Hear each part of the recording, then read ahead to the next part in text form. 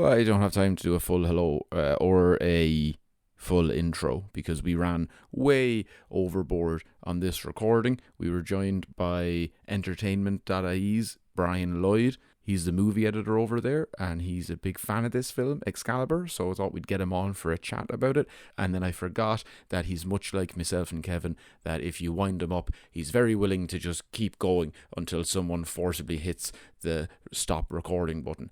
I've already edited down like 15 or 20 minutes of this episode. And I know some of you are thinking, because you've watched the film, you're like, how could you talk for 2 hours about Excalibur? Well, it's because in between we talk about Die Hard and Harry Potter and Fast and the Furious and just an absolute bunch of other things because, tangents. Who doesn't like tangents?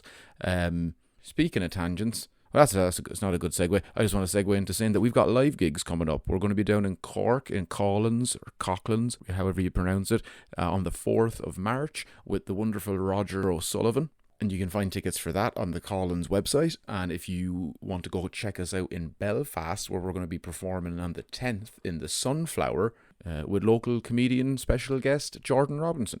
And you can get those tickets on Eventbrite. Just type in Shite Talk Belfast.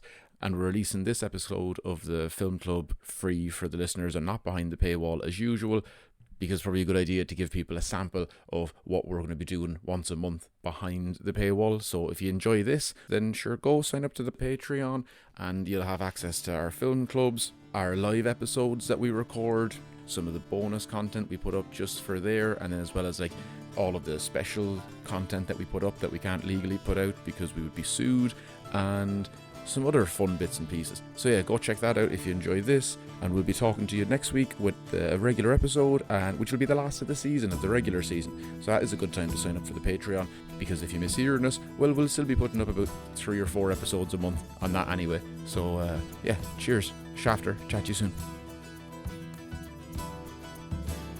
Hello, and welcome to Shite Talk, an Irish history podcast. I've realised is that the first time I've had to do the hello in front of other people.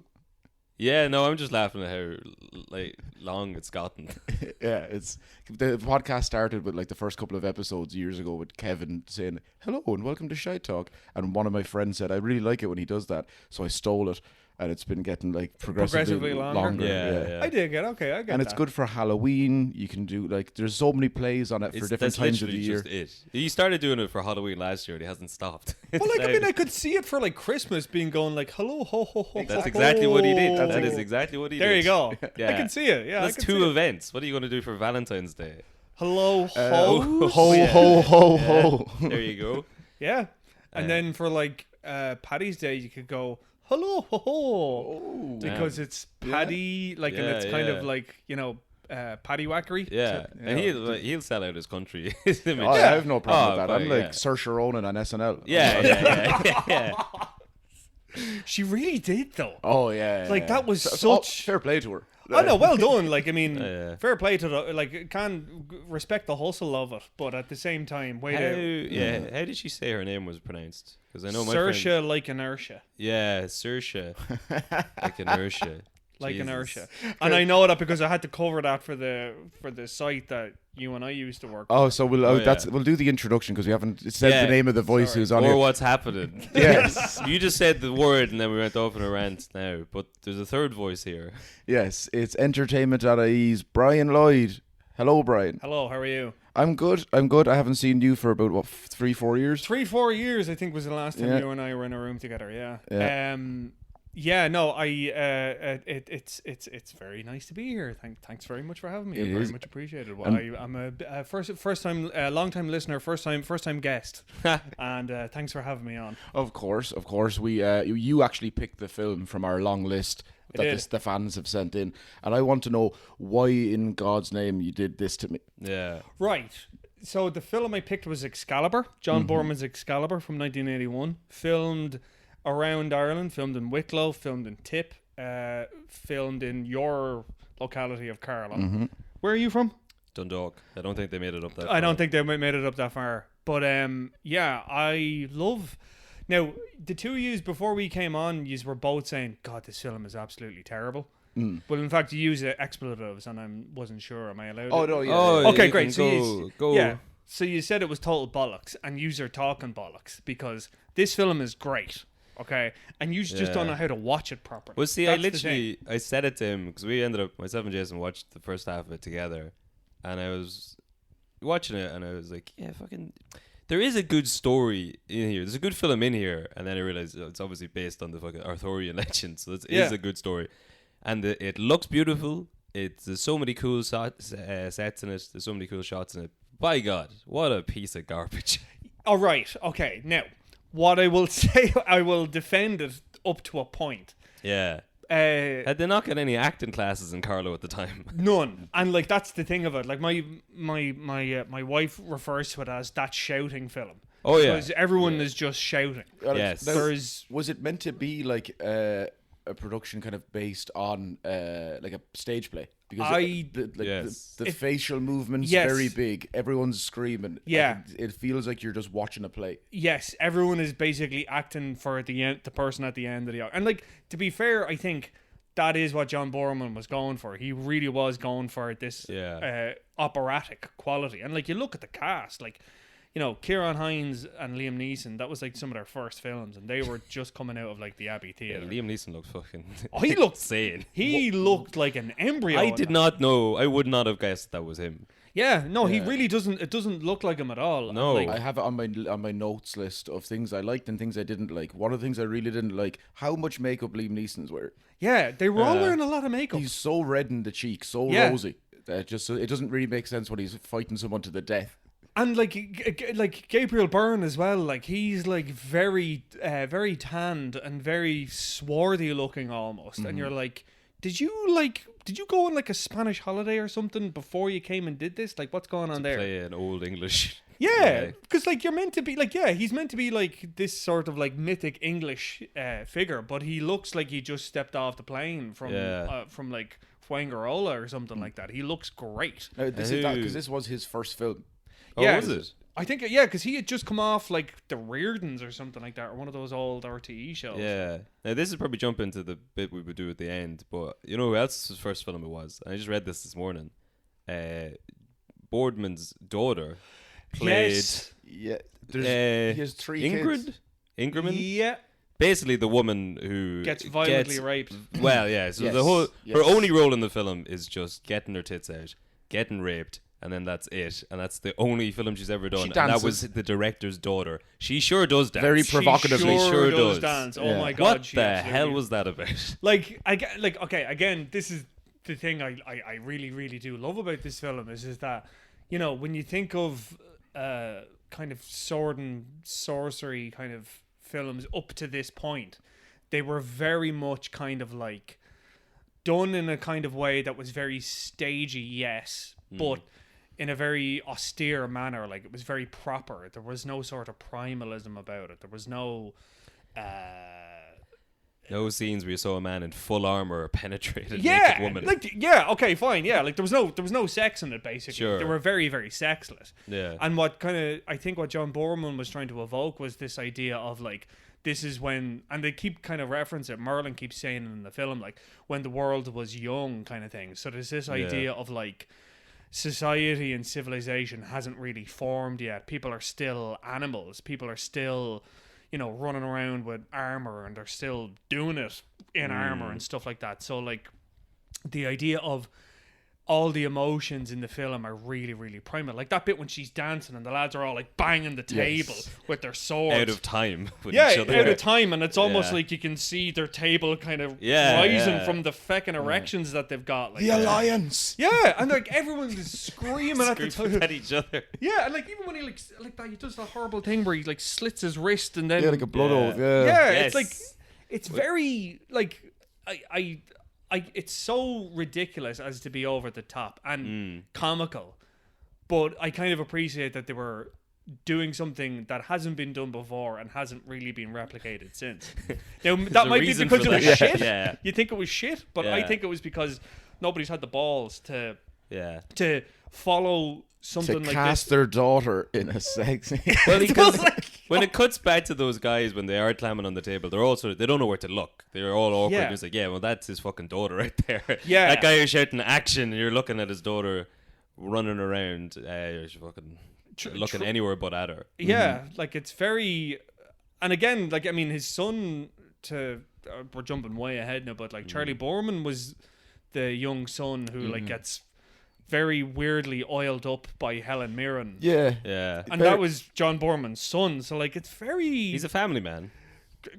too much of a family Yeah. man. No, Yeah. but so that was him. It's when he was the younger version of him. Sorry, yes. Yeah, so it is. Yeah, because they do a lot of time skipping throughout Yes. the film, where it's just like, okay, here's Arthur as a baby, Merlin's taking him away, and then And it's then a hard boom. cut to 17 years later, Well, and the- no text on screen Oh, to no, say it's Nothing. been this long. Yeah. Well, by and large, I found the film like very difficult to follow. Yes. It's unintelligible, a lot of it. But when we were talking about, like, your wife calls this the shouting film, in one of the jump cuts, in order to, I can't remember the guy who plays Arthur's, the actor's name. I can't. Nigel Terry. Nigel Terry, in order to show the time has passed, he just starts shouting. Yeah. In one scene, he's shouting, and then they're like, oh, he's a man now. This is, He was the only one who wasn't shouting for the first half hour. It was a cool call to go, right, 3 different generations. Yeah. You're going to play every single version of yourself. Like, Yeah. he's 35 in real life when he's playing, like, Arthur Yeah. As a 17-year-old Yeah. or And a 15-year-old. there's him, although I find this with a lot of older films, but there's 2 characters anyway, there's him and one of the other nights, where they just shout, like, all the supporting cast, like, boy, get that boy out of here. It's like, that's a fucking man. Like, that's, Yeah. the only difference between him and the other men is that you're calling him boy. And Yeah. And then, same actor starts shouting, like, oh, he's a man now. It's very like, yeah, and I wonder kind of like, you know, because it was like shot in Ireland, like they had to use basically every actor that was available, and if you had a pulse and you Yeah. had a screenshot, you had a headshot, boom, you're in Excalibur. Yeah, acting Like- talent. Oh, it's like Emmett Scanlon and crime dramas. Okay. Like, yeah. Oh, is it every time I turn on RT, there's a new trailer for like an upcoming crime drama, Yeah. and he's a policeman. That's it, every and single he's- one of them. yeah, I'm just like, is he dodgy or is he not? And Is he's he, walking around the docklands in the pissings of rain, Mm. looking angry. Emmett Scanlon is great mustache man. mustache man Yeah. in the Docklands. But yeah, this was in the same way that like if there was a crime drama being made now, you'd have Emmett Scanlon or you'd have somebody from Love Hate. In the 80s rather. If you were an Irish actor, you were in Excalibur, and there's like so many actors that are in it, like, and you know, I think. It's hard for me to criticize it a bit because it's like, I can help you there. well, like, I mean, no, in the sense of like, I'm glad like that such a wacky, ridiculous film was made in Ireland. Like, Yeah. like you look at like there was another John Boorman film like Zardos. I don't know if you ever Yes. seen Oh, that. no. I put it on the list for this podcast now Okay. because I didn't know about it, and I saw Yeah. some stills of your man on the beach, basically looking like Borat, like his man thong, Yeah, but it's like red. Sean Connery, Yeah. Sean Connery wearing a red nappy, running around Dollymount Strand. Yeah, I don't know And how we didn't know about this. It It's- sounds amazing. Yeah. It's so like it is basically like imagine you've done a shit ton of LSD and then you get like a load of cameras and you have Sean Connery and you're running around Wicklow filming stuff. That's basically what Zardos is. It is so nuts. It is so bonkers, and I have such a great love for Zardos and for Excalibur because it was made in Ireland at a time when there was such a huge amount of conservatism in every aspect of life, in social, in sexual, in political, in religion, it just everything. And like there was John Boorman just being like, fuck all he is, I'm gonna put Sean Connery in a thong and I'm gonna have my daughter having a very rough sex scene with this guy and with Gabriel Byrne, who you knew from the Reardons, the most you know, fair city, middle of the road. middle of the road, middlebrow drama. That's before my time now. I don't No, know. no, the yeah, Reardons. before my time as well. But like, I know of it. Like, I've seen. Like, it was basically like Fair City before Fair City. Oh, okay. Actually, come to think of it, I think it's a prequel of Glen Rowe. Oh, Now okay. I'm a little bit There's- older than you, but I'm not Yeah. that. You know, I've Glen Rowe. heard of these things, but I've never seen any of them. Yeah, I think like Glen Rowe was like this. Glen Rowe was the country version of Fair City. Yeah, Yeah. And basically the Reardons. was the prequel to Glen Rowe. Okay, yes, yeah. They were. It was big. It was when there was 2 channels on TV. Yeah, which is Bog what one and Bog everyone two. in Ireland watched. Yeah. And Heartbeat. Yes. Yeah. Hey, don't We didn't slack make that, but nationwide. it's still on every day. Yeah. Yeah. My dad watches at 8 o'clock every day. Misses that, gets the next day 6 o'clock.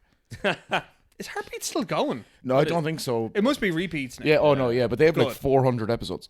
Yeah, no, it's insane. Like Nick Berry was just Yeah, they were pumping out like chugging them out. 30, 40 a year every year for Yeah. like 20 something years. yeah.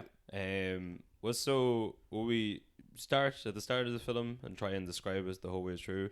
It starts off like it's fair enough that it probably relies on you to know a little bit about some of the Arthurian legend stories. Yeah. Because it does not hold your hand No. toward anything. So the first scene is again the costume designs, they're amazing. It looks class.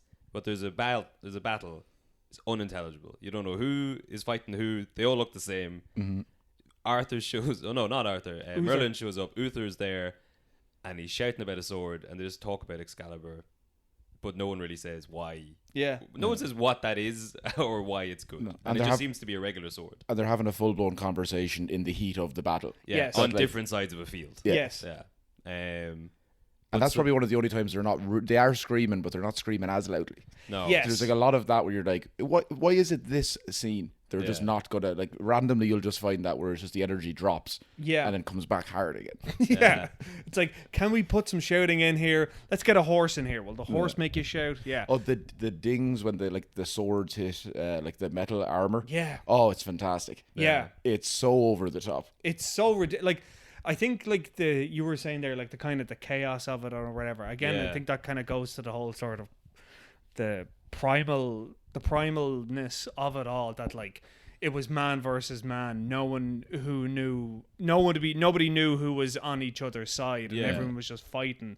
But then out of that chaos came the idea of a unified king and the idea of England or Great Britain or whatever being unified under one sword, Excalibur. And the idea was that Excalibur was basically a sort of a stand-in for the idea of Christianity, really, and like the idea of like what we would now call civilization, the idea of like one person rules all. Because like, I mean, like John Boorman wanted to do Lord of the Rings for ages. Yes. Yeah, I was reading that. Yeah, and he couldn't get the rights from Tolkien, so he said, right, well, screw you then. I'm just going to make my own version of it. Yeah. And the way that he kind of refers to Excalibur is kind of like how he refers to the One Ring, because Ring it's of like, Power. yeah, because it can be used to destroy, but it can also be used to unify, and it's Yeah. up to its power itself is basically defined by whoever wields it. Like it can be used for good or Yeah. it can be used for evil. Like But if That's he was it's a gonna do crying shame that we don't have a John Boorman Oh, yeah. Lord of oh, the because Rings. that would be That would've been amazing. crazy. Yeah. Yeah, keep it secret. Keep it safe. safe. The Alliance. Yeah. The Fellowship. Like how would like, you know, the Frodo and Samwise scenes, how would they go with John Boorman? Like, you know, that kind of way. Like that yeah. whole homoeroticism is kind of just like bubbling under the surface. Like Yeah. John Boorman, get him in there. What's he gonna do with it? Well, Like, they wouldn't have any young-looking boy. They did 45-year-old men playing Frodo. the Oh, yeah. Boy, it's a shame. Yeah, we could have got. You could have taken the leaf out of Peter Jackson's book, because if you made this into 3 films instead of one insane, because so the whole starting bit is just setting up Arthur's birth. Yeah. But that goes on for like half an hour, and that is a whole story itself. yeah, But it it's is. just sort of tacked on, and this is where you see John Boorman's daughter, and so yeah. But the basic plot of that bit is that because it goes really quickly. You see them fight, then you see the truce, then immediately the truce is broken because he sees his wife, and they're all the way through this film because the theme comes up a good He bit. and they're points all at him though. very- He pokes the bear because he's like, you can have all the yeah. you can be the king, you have your money, you can do Yeah. whatever, but you'll never have my wife. And he's never like, fuck I my will wife. have your wife. Yeah, like that. The timing for that is hilarious. When it's everyone smashing the table, and then Yeah. he just like it's too much for him, and it's like so ferocious. And he's like, okay, I got it. I'm sorry, I just got it. I got it. Like, I really tried there. I know I just cut my wrist and like Yeah. did a blood oath like 30 seconds ago, but I'm gonna need to fuck her. Oh, yeah, I'm gonna need a busting nut on your wife. Yeah. I'm very, very sorry, but I'm now going to have to like smash your castle up. Now I'm very, very Which sorry. it immediately then cuts to siege scenes. Yeah. And him, not Uther, the other king just standing there, stone faced, as like fire bombs are coming at him. Yeah. Give a shit. But because it happens a few times in the films, but they don't say Why? they don't say why to anything, but they also never say like riding or anything. It's always very colorful, where they're like, I just one embrace from her. That's all I need. And then you're supposed to fuck her, as he does a couple of scenes later. But so because this happens a lot, where they just see someone for a second. Even Lancelot says it later on, where he's like, Guinevere, she is my love, but Arthur is my best friend. So you met both of them 10 minutes ago. Yeah. What have you been doing your whole life? Love at first sight. Yeah, sure. It can exist. Between Maybe. men and kings. I don't know, you're both in relationships. I'm not. But I mean, again, like I would, and I'm using this a lot to defend it. Like, but again, it goes to that thing of like primal urges and primal kind of like, it's not refined, it's not civilized. There's no sort of like analysis can be put to it. Like, it's just like, I want to fuck her. I've just seen her. I'm in love with her. That guy slighted me. I'm gonna kill him. Yeah. Actually, putting it like that, it's not that over the top. It's genuinely how love actually is. Like, it can be. Yeah, of course. Yeah. So he gives up the alliance through some shouting. They go into a siege. He calls on Merlin, who, as a character in the first bit of the film, at some point, maybe it is the whole way through and I just didn't notice, but at some point he just turns into like a wacky... Yeah. I don't know what way they were trying to play him, because at the start he's a very serious wizard, and then about an hour into it he's just like a goofball. He gets bonked on the head, he's Three Stooging it around the place. Yeah. I don't know. What's the crack with that? Did I don't they change know. Direction? I genuinely don't know, because like that actor, like he's so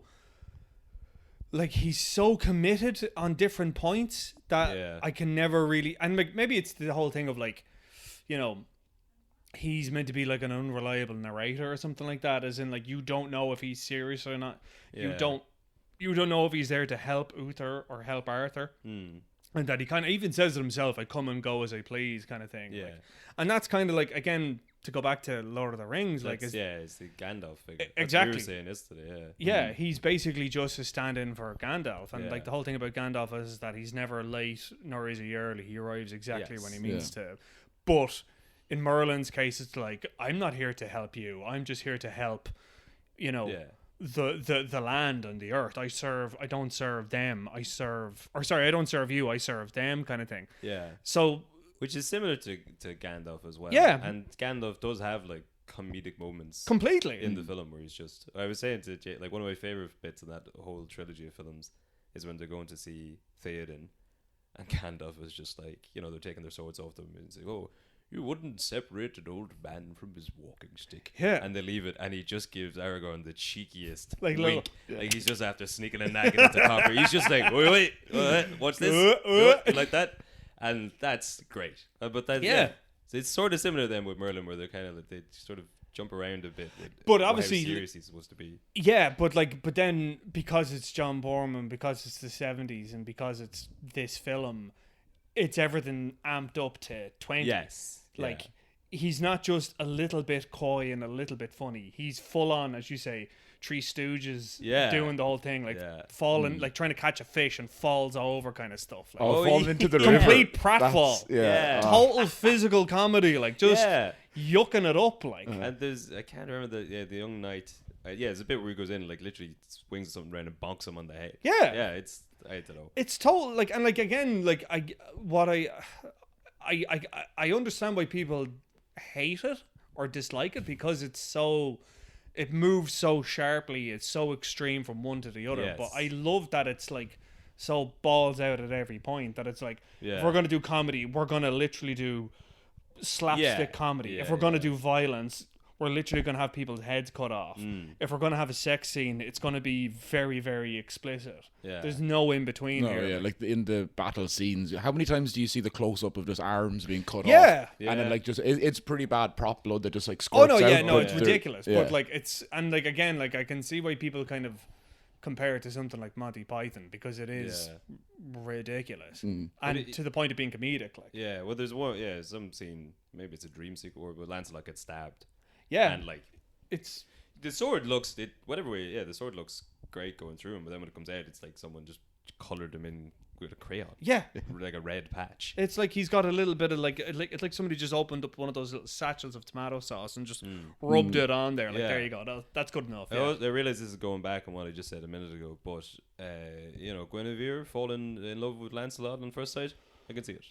There's a healthy hunk of man there. Oh, yeah. Just remembering that scene, you get a good big arse. Oh yeah, no, yeah, like he's yeah. He's like he looks like Superman. Like he's got the jawline. Yeah. Like I mean, look at Larthur. Like I mean, he's like such a wimp at the best of times. He's but what's right? So we get the original Stone Merlin at the start. Uther convinces him to help him win the siege, although he's not really trying to win the siege. He's just trying to fuck John Boardman's daughter.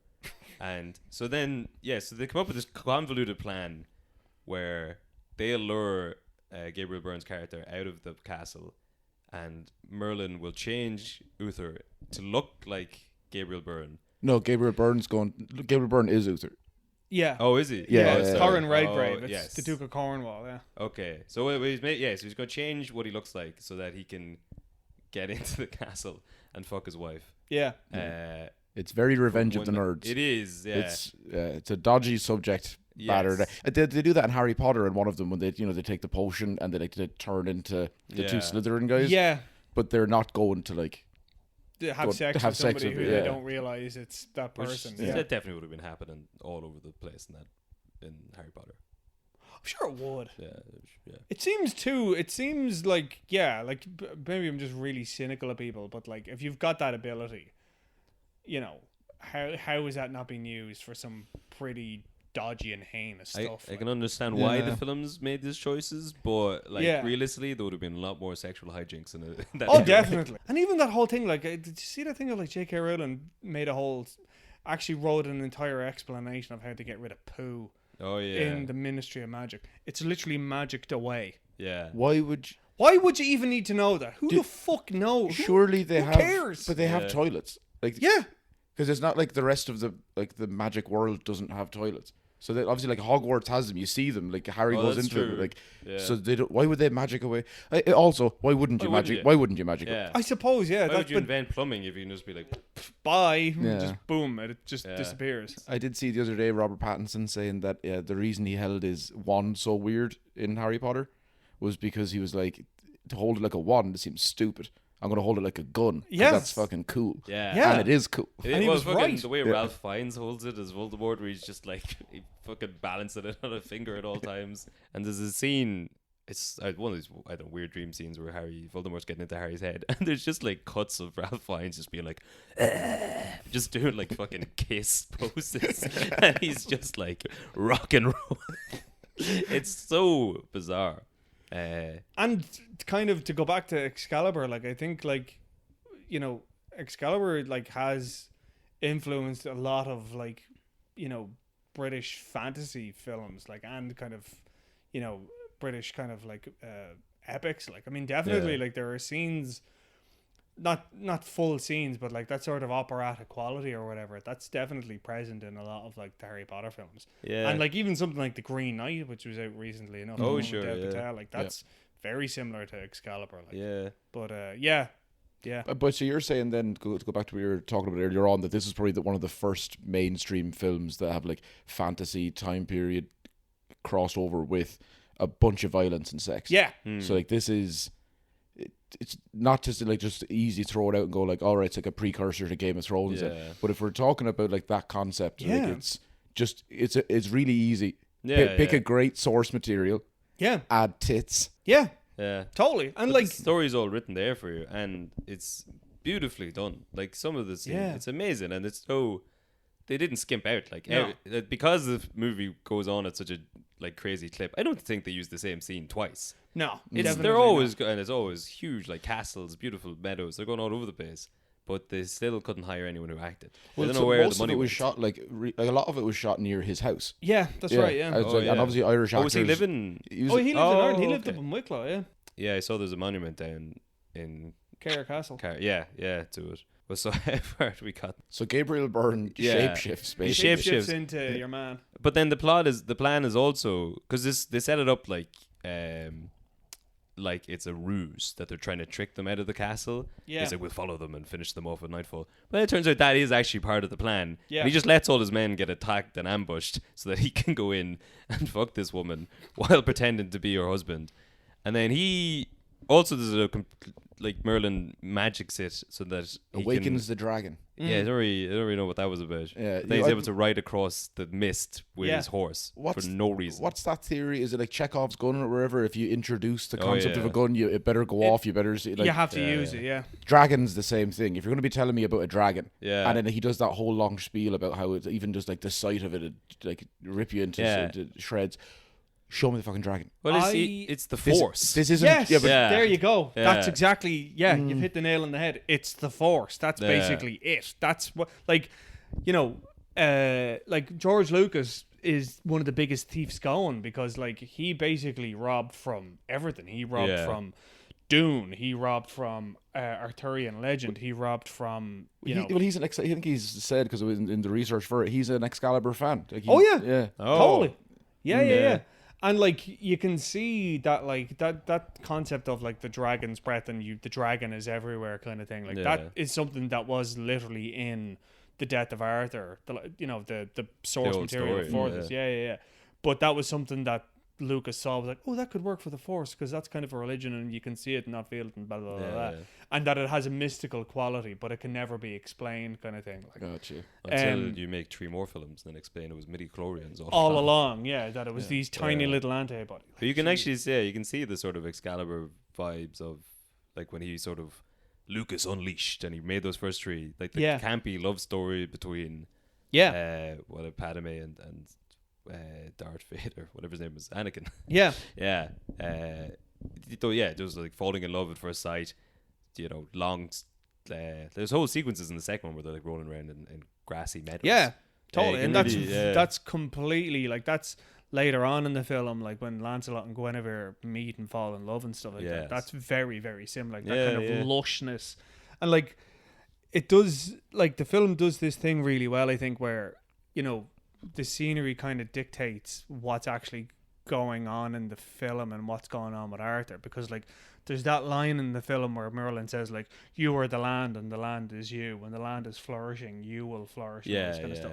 So like when Arthur thinks everything's going well in the in you know, England or Great Britain or whatever, Yeah. and you know, everything's like in bloom and all this kind of stuff, and then as soon as he figures out that, you know, Guinevere is off with your one, and you know, his pride and his vanity has kind of led him astray, then things start to go terrible, and then you kind of see everything's like dark and murky and it's pissing of rain and it's all this kind of stuff. And that's, I think that's another and then again, to go back to the start, when Uther is doing his shapeshifting and riding your one, it's all in the dark, you know. Yeah. It's all, things are on fire. That's the idea of like the beginning of the world kind of thing, the beginning of this land, and the idea of like it's born of fire and like the Big Bang almost to But it is a very, in that sense, it's a very high concept film. Oh but, yeah, totally. But then the idea of them screaming just It's completely, just like, ridic- it and you ruins got- it. There's it no does. subtlety. It does. Yeah. It does. Like there's no defending it. Like the screaming and the shouting is just But ridiculous. even the acting, although actually one of the worst actors I thought was before I realized it was his daughter. But she Yeah. was god awful in that opening bits. But like a lot of like he can't really act, Arthur. Even like, you know, He's like, not done much since, has he? Or is he's he? only ever done a few bits and bobs. Yeah, there's a few of them when I Google their names, like the Excalibur is the thing that comes up. Yeah. Because that's all they've done. Yeah. And then obviously there's like Patrick Stewart. But even Patrick Stewart's very thespian-y in it. Liam Neeson is fucking atrocious. Liam Neeson mostly just speaks in grunts when he's in it. He was busy writing Helen Mirren. Yeah, he that's was. true. This, Yeah. this is the they met Did on you set ever here. hear Yeah. that story about them? No, go Right. on. So basically, there's a well-known broadcaster who you know, by the way. I think you know him. I'm not going to say his name. because Tell me after. I'll tell you afterwards.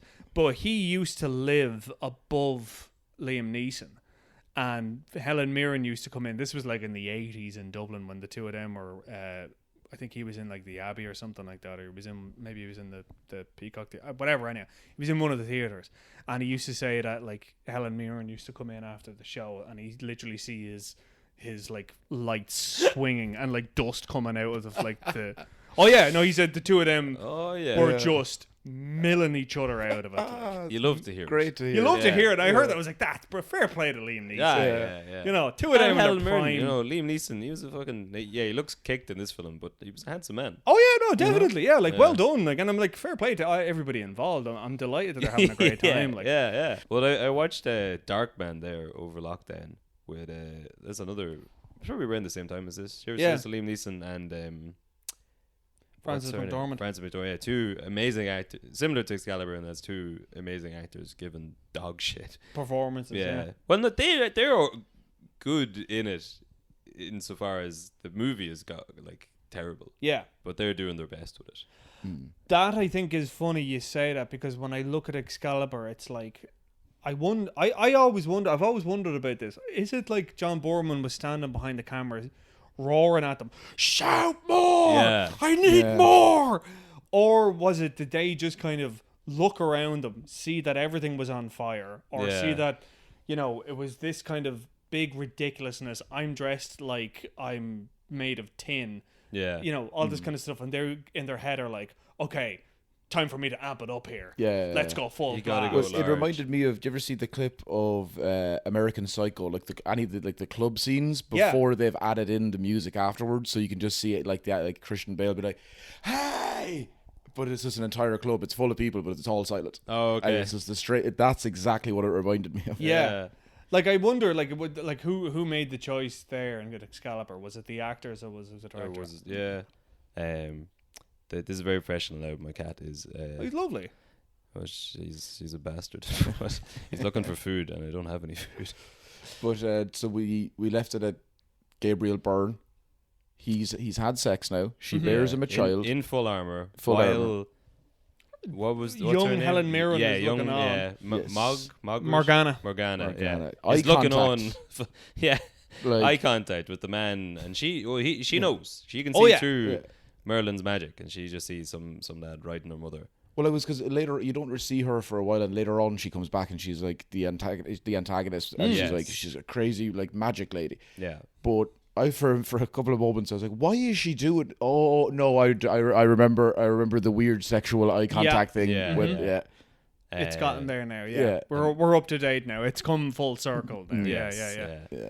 It's like you were saying this earlier, like this film doesn't hold your hand in any way, shape, or form, and it's either you either figure Yeah. it out or you're left behind. And I think, you know, that is a thing of yeah, you were saying like if this was released now, it would probably be a TV series or something like that. yeah. You could definitely extend that out. Yeah, but also as well, I think it would not be as it would be a lot more clearly signposted, and I think yeah. it would lose a lot of its because like it's Madness. Yeah, because like there is something really dreamlike about this film. Like it is kind of Yeah. like images passing before your eyes, and like some of it makes sense, some of it doesn't. Yeah.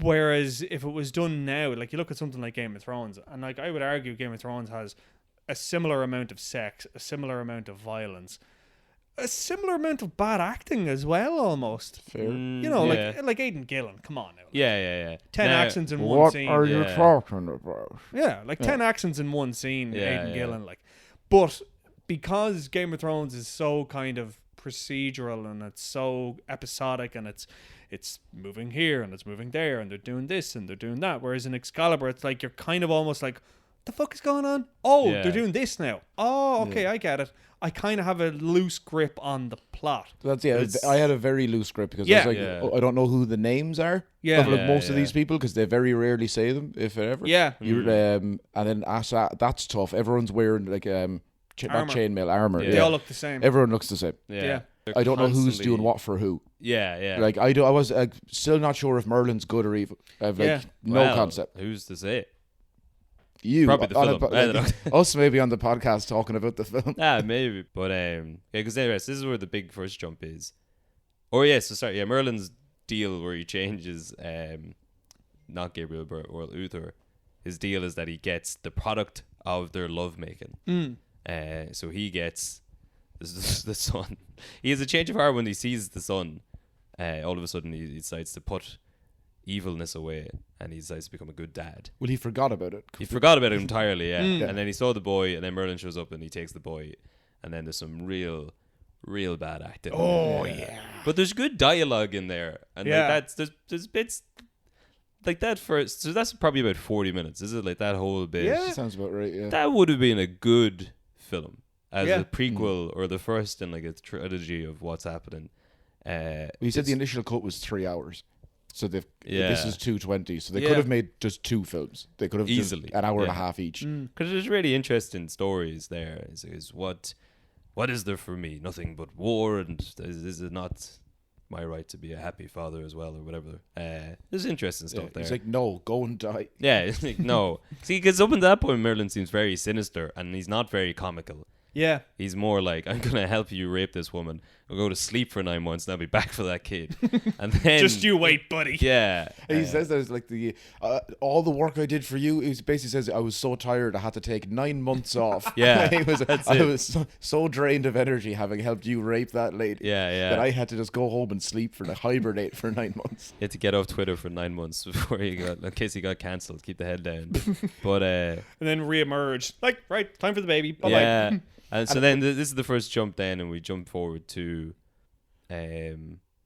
So that's the scene. No, when, so, he leaves, takes Yeah. the kid, and then Gabriel Byrne. Eventually, his wife goes, or his missus like, go after him, and he's like, oh yeah, I could do that. Yeah. And then just like starts chasing him and screaming, Merlin, Merlin, and then he gets ambushed or falls off a horse and dies. Or something. Like, Yeah, Yeah. he just gets to like dies basically horribly and violently kind of Yeah. thing. Yeah. But that's a great scene where he's being chased, not slowly, and they're all sort of like trudging up a hill because they're all battle weary, and he gets his sword, which is plastic looking as fuck, and sticks it into the stone, and Merlin does a like double take. I like the bits in this where Merlin is sort of shocked Yeah. because he's supposed to see all the future now. so Gabriel Byrne then dies, having dropped the stone the sword into the stone. Yeah. Doesn't really explain why or how he does that.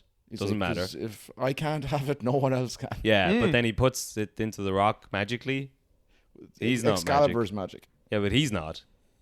But the sword The is. sword. Yeah, but the sword is the magic ability to not let anyone use it other than this madman who just raped a woman. But the sword does fuck all for Yeah, it's the true. whole film. Yeah. You think that like it's this otherworldly sword that's gonna like unite nations. You can do everything. You think Yeah. at one point someone would have it in a fight scene, Oh yeah. Yeah. like Well, they have it in a fight scene, but it only it shows it hacking an arm off like a regular sword. Yeah. or on hitting the armor of the Lancelot. Oh, And that's right. then it breaks. Yes. And so he throws it away. Yeah. And the lady of the lake gives it back to him. That's also Borman's daughter. Yeah. Oh really? That's his Yep. other daughter. Oh. So he had 3 kids in it. That's why there's a. Now, do you want to get your tits out or do you want to lie in a lake? You gotta pick one of them. You can either have pneumonia or you Yeah. can show a tit. Yeah. You decide. Because again, it doesn't explain any of that stuff, which I only know from that Monty Python sketch, like how is Arthur decreed some watery tart throwing a sword out of a pond. But there's a scene at the start where you see a hand come out of the water and it's holding a sword, and that's where Merlin gets it. Doesn't explain any of that. That's literally, this is what you were talking about, Brian. There's so many scenes that are just like 2 seconds long. Yeah. And it cuts to something that's entirely like, is that important? What was Was I supposed to follow that? Was Yeah. that supposed to be a thing? Yeah, no, like like there's no like whatever kind of linear narrative exists in it. It's so fucking tenuous. Yeah. It's so tenuous. Like it's just like you'll see little clips, you'll see little scenes, you'll see little things, and you're like, is that important? Is that not important? And like I like that. I like the fact that I have to think about it when I watch it, like that I have to pay Yeah. attention, because I mean, you can't, like, it's definitely a film you can't watch passively because one, it's too loud. Yeah. It's too over the top. And also as well, if you miss something in it, you will be lost. But then in saying that, it's not really a film that relies too kind of hard on plot and narrative. Like, No. Oh, it's kind of, it almost breaks down into like 3 a lot of, acts. and Yeah. kind of like vignettes even within Yeah. them.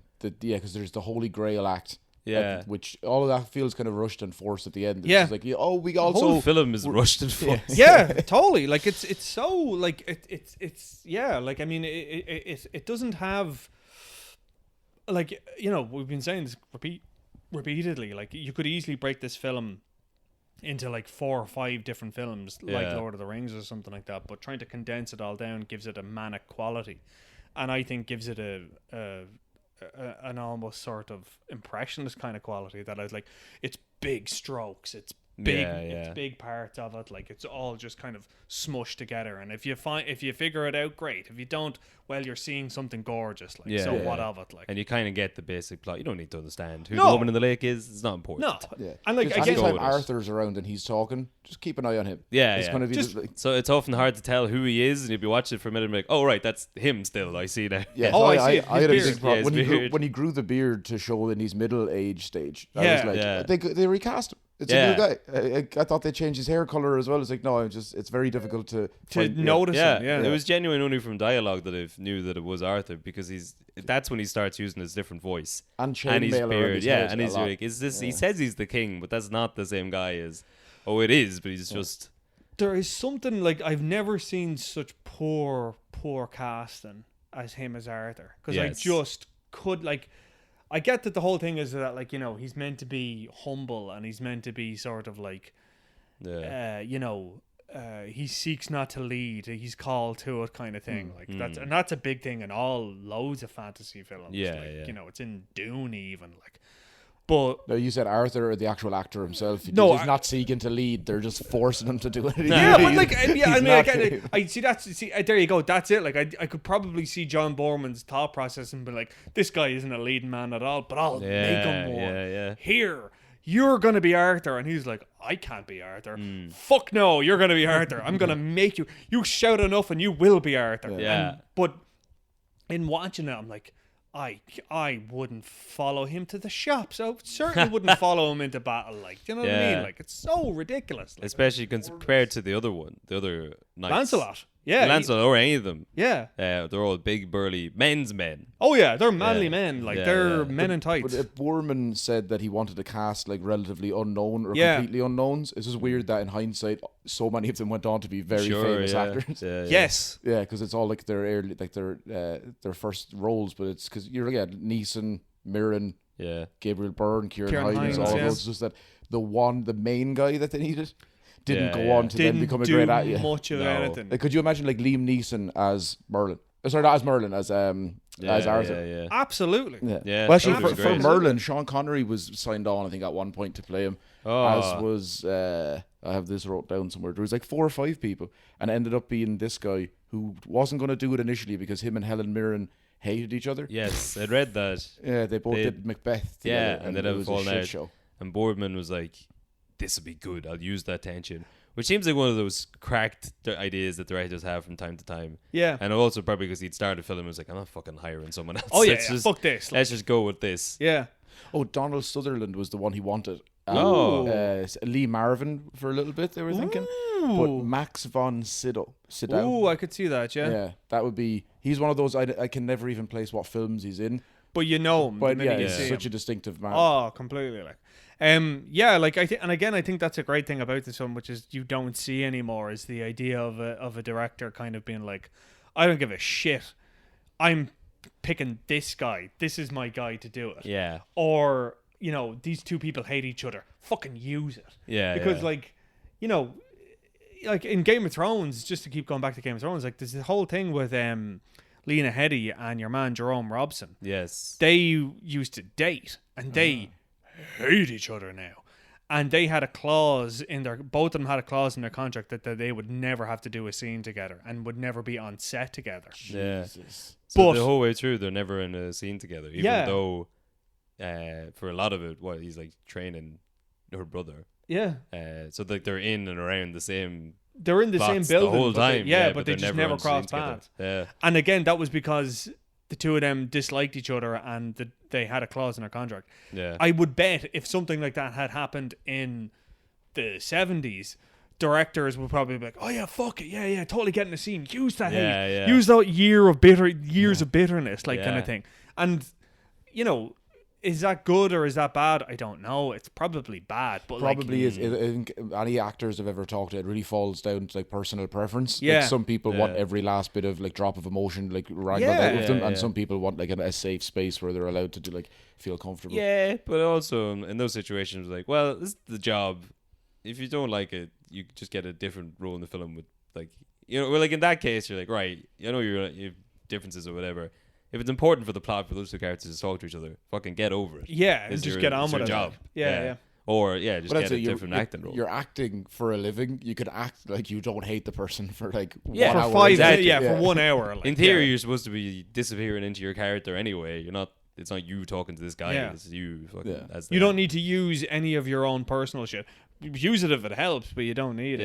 Yeah. And you I can mean- kind of see that as well, like in the way that like Merlin and Morgana kind of act with each other, like because they're very like. It's one of the few scenes in it, I think, in the later part of the film where Merlin is a lot more serious, like, and he's very much almost going back to where he was at the beginning of the film, like where he is. You think he's almost evil, like, and you think that he's like he's going to kill her, and then she is very Morgana is very kind of austere and won't speak to him and doesn't even look at him or whatever. But then she desperately wants, and you know, I think the fact that she eventually gets the drop on him, and I'm jumping way ahead now, but when she gets the drop on him and then freezes him in that like Fortress of Solitude place, that their dynamic, their off-screen dynamic, had an impact on it. You Yeah. know, that kind of way. Yeah. It felt a bit more kind of authentic, as much as this film can be authentic, like, Yeah. you know, which Yeah. is not a lot and not very often. No. No. Well, I mean, it's probably it's authentic to the source material. Oh, yeah, totally. At least it has that. Yeah, So, like, it at has least that going for it, but the performances, everything else, Yeah. completely Although, not that. Considering how over the top most things are in the film, the scene of him pulling the sword out of the stone is just very underplayed. Very Isn't it? Yeah. And, What's the- and also, I would think that if that happens and a guy shoves the sword in there, I want to see a scene of 100 lads in a queue all trying to have a Yeah. go. Yeah. If we see like one guy have a pull off it, I'm like, if that was like where I'm from, that would be every day. there'd Everyone would be new down lads Yeah. out after the pub, straight down to the sword. Give Yeah, it you'd have a shot. Come on, we'll TripAdvisor give it a page bash. set up Yeah. for it. You'd be like, it'll be bringing Well, so tourism. that's as far as we got in the description of it. Then. Yeah. So that's the next scene, and that's a good jump cut. They do sort of, you can tell from context what's happened there. There's like a town is now set up around, not even a town, just like a little settlement set up around the sword, and they've got like a priest there looking after it, and there's a tournament, and young Arthur shows up with Kay and the dad to joust at a tournament, and he loses Kay's sword. And he goes and to find another sword. He pulls the thing out of the stone, and there he is. But do you remember that film from the 60s? I don't know. Was it Disney one, The Sword in the Stone? Yeah. Yeah, that's where I mostly know this story from. Yeah. I think that's where Uh, most people know it from. Yeah. Do you reckon? That was a good film. Much better than Excalibur, I think. But Kay is much meaner to them, to young Arthur, in that they focus more on his early life and how much he was kicked around. Yeah. Whereas in this film, they seem very civil, very nice. Yeah, they treat him like, he's a squire, but he seems happy out. Yeah. Yeah. But then he stops becoming a squire in a great scene, like one of those what you were saying earlier about when Merlin doesn't know, like those moments where he Yes. can't see the future, he doesn't know what's going to Yeah, happen, yeah. and he just walks out and sees him like in a river on his knees, having Yes. given Excalibur to his like enemy, Yeah. so he can knight him, so then he can like And- show mercy. yeah. It's Yeah. like, that would have been so fun to just see his like, Yeah. Hmm. Because his whole thing is he's supposed to be, honorable, and he's pure. Humble. That's just thick. Yeah. So this is right after that scene. Basically, he pulls the sword out. Everyone around him immediately fractures. I'm not following this boy. The boy king will lead us. And then him and Merlin like piss off in the woods for a minute, and he explains that the dragon is the Force. And he's like, Excalibur is part of the Force. And Merlin's like, hey, you've got it now. He's like, fuck, he's no idea what the fuck he's talking about. He's it's just saying like yes. his Yoda moment of Yeah. going to like Yes. learn like everything about it. It's Yeah. I can see a lot of the similarities between those films. Yeah. Oh, sure, yeah. Totally. And like and again, you're talking about shouting acting. There is so much shouting acting in the scene when it all fractures and like Oh, one yeah. decides to follow him, because like Patrick Stewart is in there hamming it Oh, up. yes. Yeah. He is just Kieran Hines Kieran Hines screaming at the Merlin. top of his Yeah. lungs. Yeah. Merlin, And like, the devil is back. You've tricked us, you devil. but like Patrick Stewart, like I almost feel like him and Kieran Hines were like, right, we've got like 5 minutes to make an impact here. Yeah. We are fucking going balls out here, lads. Yeah, Let's yeah. go full. Let's go warp engine 5. Let's just blast the shit out of this. Or what if it's Yeah. like on set because people probably weren't there for the entirety of it. Maybe they came in a few weeks for just 1 or 2 weeks here and there.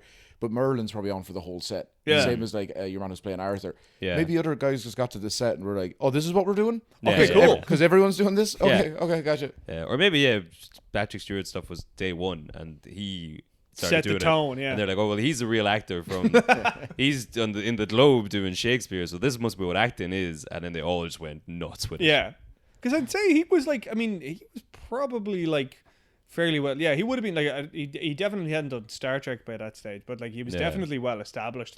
Yeah. Like he had done like I Claudius, like which was this like really famous BBC series that was done out of like Julius Caesar and stuff like that, and it was huge. Yeah. And he was really a known quantity in acting circles. So like if he came up and it was like he's screaming at the top of his lungs, okay, fuck it, everyone do it. Yeah, Yeah. you're totally right. That's where everyone's like, oh well, shit, Patrick Stewart's doing it. We gotta Yeah. do it now. Like, He's the real deal. mm. But Not enough of him, considering that he is like he No. would have been one of the more well-known people at the time to be cast. Yeah. It's in such a minimal role. Yeah. And there's really, I don't even think there's any close-ups of him or. No. Yeah. There's some shots, maybe it was just a dodgy link that I watched it on, but it was like the framing was cutting off parts of his forehead. At Probably no, times. yeah, Yeah. they do, yeah. I think like there are a lot of scenes like that where it's like some people are out of focus. It's like I have a feeling that they shot it all on one lens, yeah, like a 50mm or something, just because it all looks quite similar, and there's like very few wide shots. Yeah. Even in like the giant battle scenes, they're just like, no, we're gonna stay very tight. Even that intro battle scene, Yes. it's all very condensed. There's a beautiful wide shot when Arthur's jousting against Lancelot the first time. There's a beautiful shot of the two horses coming at each other. Oh yes, yeah. But yeah, you're right. It doesn't really. Oh, I also meant to say there in that first battle scene, they had to film that 3 times because they were using like old school film reel at the time. So like the ISO value, they fucked it up because it's a was nighttime so- shoot. yeah. So they did it twice, and it was still like they couldn't recover the footage. So they were like, third time's a charm. Apart from the cameraman or cinematographer freaked out and like quit. Jesus. Oh, I don't know, really? They must have had a few of them, I guess. But I'd like, say they must. yeah, have. but one of Yeah. them was just like, I'm not doing it a third fucking time. No, I'm not. I can't light more shit on fire. I can't have more horses here. You Yeah. fucking figure this out. Like, yeah. So that's are we at the end of the second act there then? Yeah. Well, so he becomes king. Yeah, he goes to Patrick Stewart's castle. He gets himself knighted by giving his sword to his enemy, and for some reason the guy Just is like impressed totally- with it. Yeah. Yeah. But then you're kind of whatever about this because this is supposed to be a king. He's supposed to lead you. What if he does this to the next enemy and they kill him? You're like, he's a man's an idiot. But they knight him. He becomes king, and then they go about.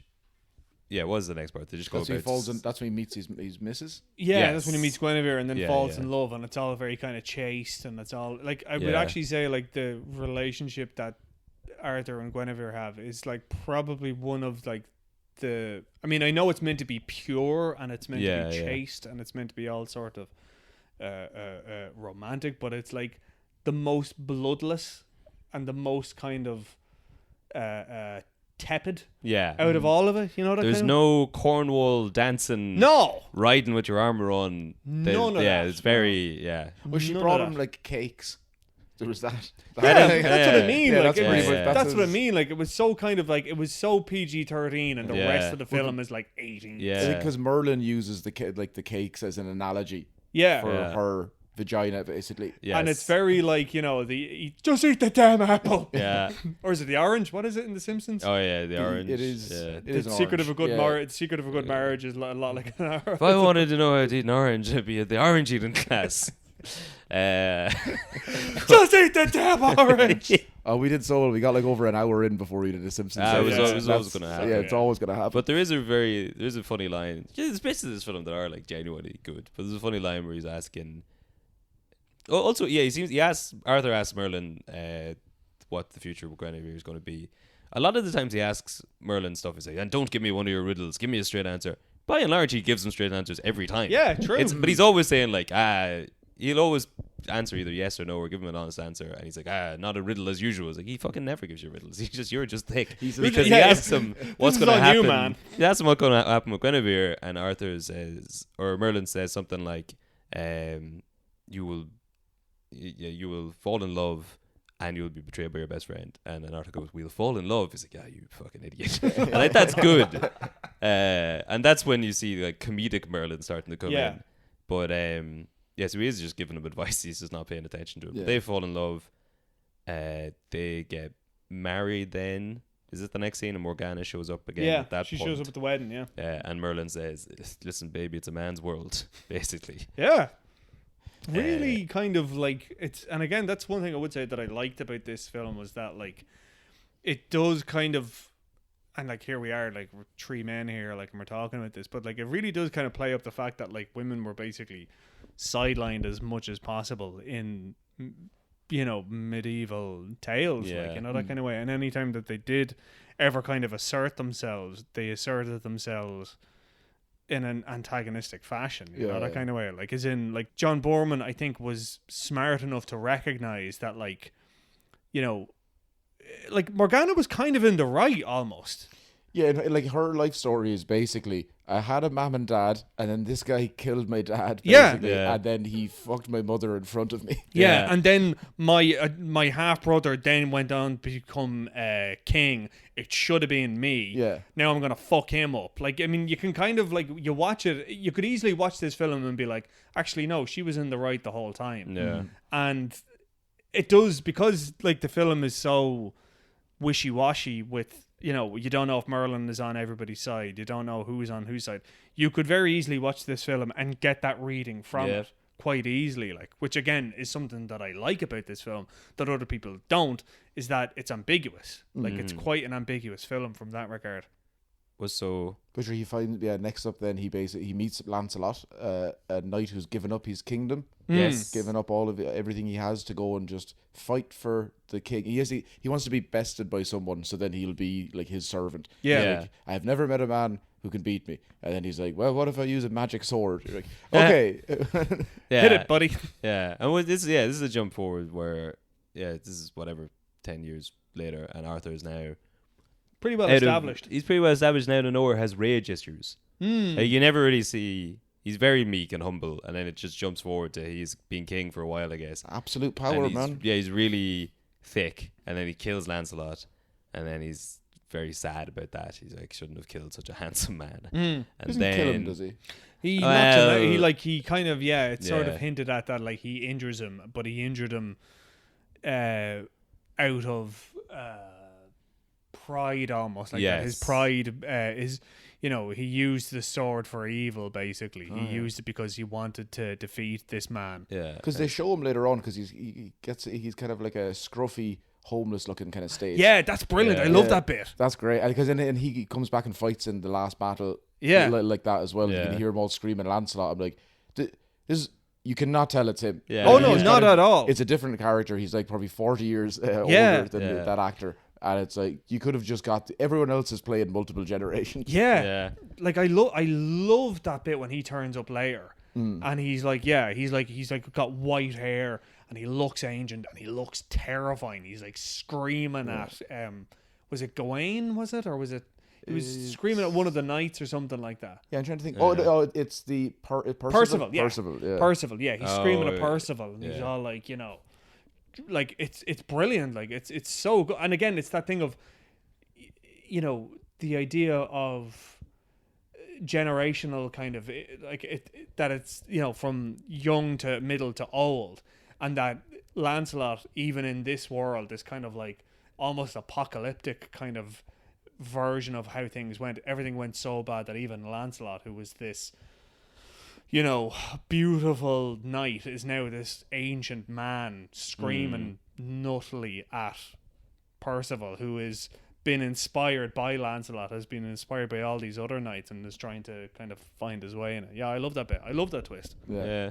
Well, it is kind of cool as well to see, like, the giant time jumps and how characters change so much. In an instant. Yeah. Which is like, it makes sense because it's an instant for us, but it's like 20, 30 years. Yeah. Often oh, for no, them. it's definitely, it's cool, and it speaks to the scope of the film. It would have just been handy if, again, there was some kind of any sort of indication If that they this is said- happening. yeah. Said people's names. Yeah, Put some writing on the screen. yeah, George Lucas kind of fixed the issue by just doing a preamble of text right before. Yes. It's just going to be like, here's Yeah. 1 minute. Just going to let you know exactly what's happening. Yeah. And then we'll start because it's a bit mad. yeah. And even when they do have like the preamble in Excalibur, like it's literally just in the Dark Ages, Yeah. the Yeah.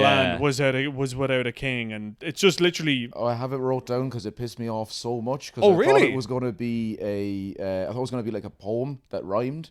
Sure. And then it didn't rhyme. So it says, the Dark Ages, the land was divided and without a king. Out of those lost centuries rose a legend of the sorcerer, Merlin, of the coming of a king, of the sword of power, Excalibur.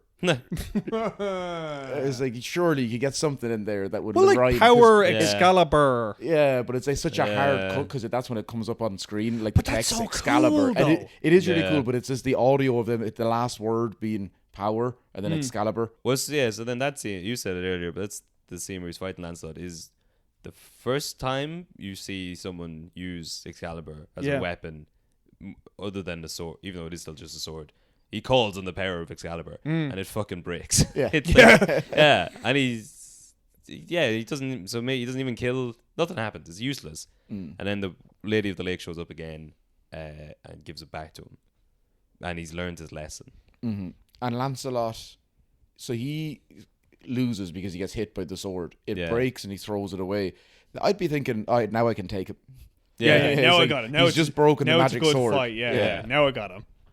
And so then Lancelot swears fealty to him Yeah. and stops blocking the bridge, which for some reason had brought England to a standstill. Apparently, yeah. And then he falls in love with, how do I pronounce her name? Guinevere. Guinevere. Yes, immediately. Immediately, which is fair. She makes pastries and cakes. Yep.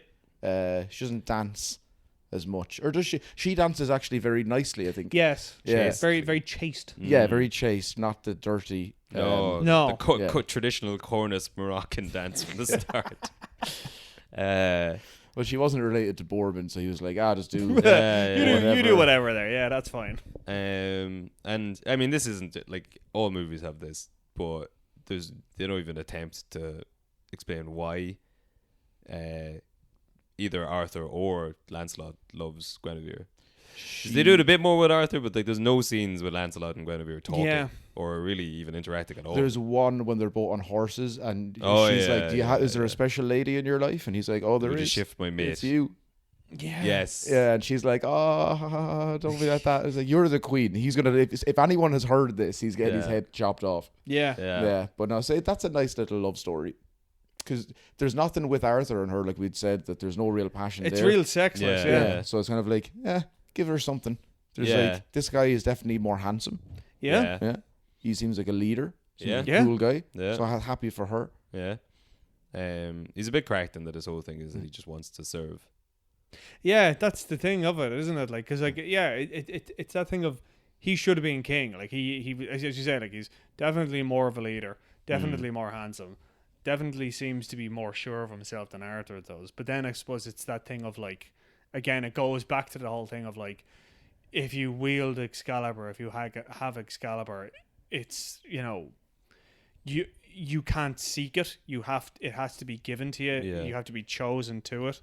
That thing. And it's like, I mean, this is even to get really up in it for a minute, but like it is the thing of like the people who generally seek power are the last people who should have it. Yeah. And like, not that Lancelot is that, but he It's the seems fact the most suited towards it. And he's already given up his kingdom and his like Yeah.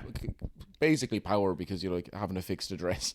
Yeah. You Yeah. had to have troops and around. He's not just on his own and running around like trying to kill people. Yeah. But like, so he is kind of altruistic in that sense. So Yeah. he's like, he is the noble knight. Who just lives in the woods like a bum.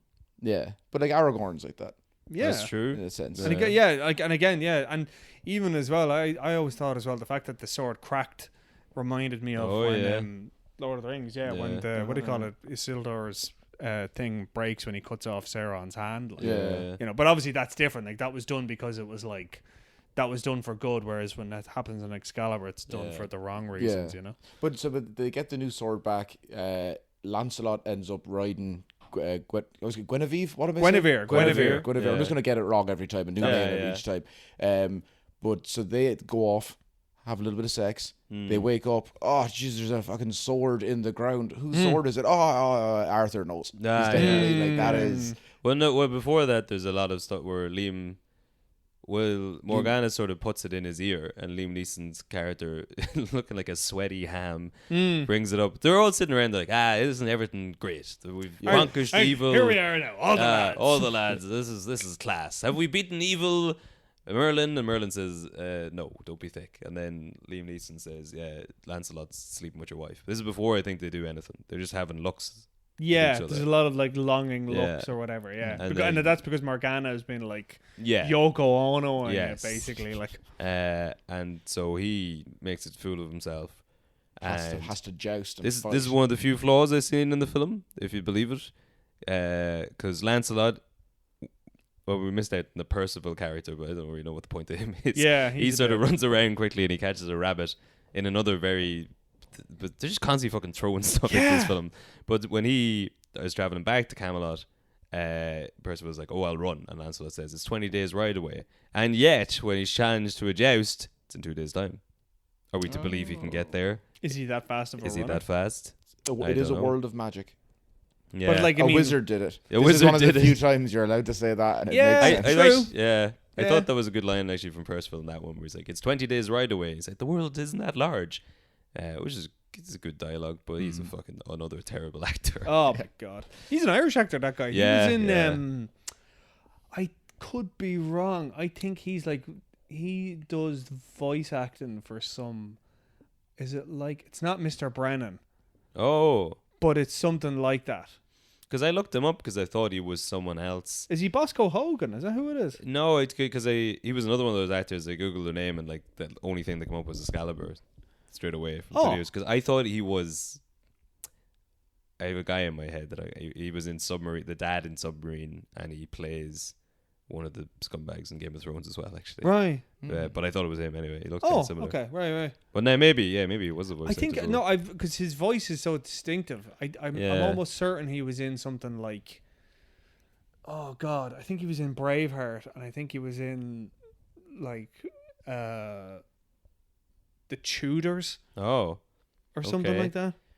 Well, just when you're talking about distinctive voices, I'd forgotten about Arthur's original voice before he gets shouting. He's so raw. What did you do with my father? Who's my father? Where's my father? Yeah, so he does an Irish accent, but that's an English actor. Yeah. Oh, really? Yeah. And then he changes it completely. So Irish. It's so ridiculous, and it's like it's not even good Irish. No. It's real like I would do everything I could, father. Mm-hmm. I have the sword. I don't want the sword. I suppose I'll have the sword. But it's, usually when you hear people say like, "Oh, don't worry about accents. You're not going to Valkyrie with Tom Cruise." Sure. And you're like, "I don't really mind it. Yeah, it's right. I know it's like you're meant to have a German accent or whatever, but because you're speaking in English and the whole film's going to be like that, it's going to be fine." I was thinking about that with this, and that doesn't hold true. No. Where it's all over the place. Yep. Yeah. And everyone should just have an English accent. Yes. Yeah. It worked for Chernobyl. But Patrick Stewart's meant to be French. Yeah, like he has the most thespian, classic English, board threading. Ha ha! Yeah, it should have been today. Yeah, like as in it just like there's so many decisions made in this film that don't make sense, but then when they're all kind of together, they kind of make sense. There's a cohesion amongst the craziness. But I mean, it's probably just like in the same way that like I don't know. When you're cooking or something and you're just fucking everything into the pot. Yeah. And it's just like, well, it's stew now. Yeah. So here it is. And it's all in there. And you're like, okay, this all makes sense, I guess. Yeah. Like, the terrible acting and the terrible voices. And then, the incredible visuals and the cinematography and the music. Oh, yes. What's the name of that song? that I don't know how to do. Is it O Fortuna? Yeah, This is the bit when they're riding off to but fight. I think they use it like 2 or 3 times in the film. Yeah, well, the one that when they're riding off to fight at the very, very end, that's O Fortuna. That one, O Fortuna, I believe then, because it's that famous one that you'd have now seen in so many films and TV shows. But I imagine at the time it must have been pretty new. Oh, that was it might have been the first time that was used in that sense. Yeah, definitely. Yeah, like was he using the UEFA Cup or one of the football tournaments? I'm pretty sure. That sounds like where I know it from. Yeah, no, that's I've heard it in other stuff. I've heard it like Ozzy Osbourne used to play it before his live shows in the 80s. He used to play O Fortuna, and then I think it was like in the UEFA Cup or might have been the World Cup. One of the football tournaments anyway, they had O Fortuna as their thing. But because it's very impactful. It's very impactful. Yeah, and like even the sound design's fantastic. Actually, like it's so good. Yeah, so good. But like it's all like that thing at the start is their Götter. See if I can get this right now.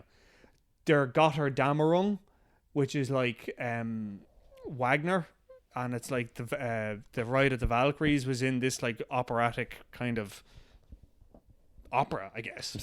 Yeah, and it's like Sigmund's funeral or something like that was like the opening music. Like the main theme from Excalibur was this, but it was written like 150 years ago by Wagner.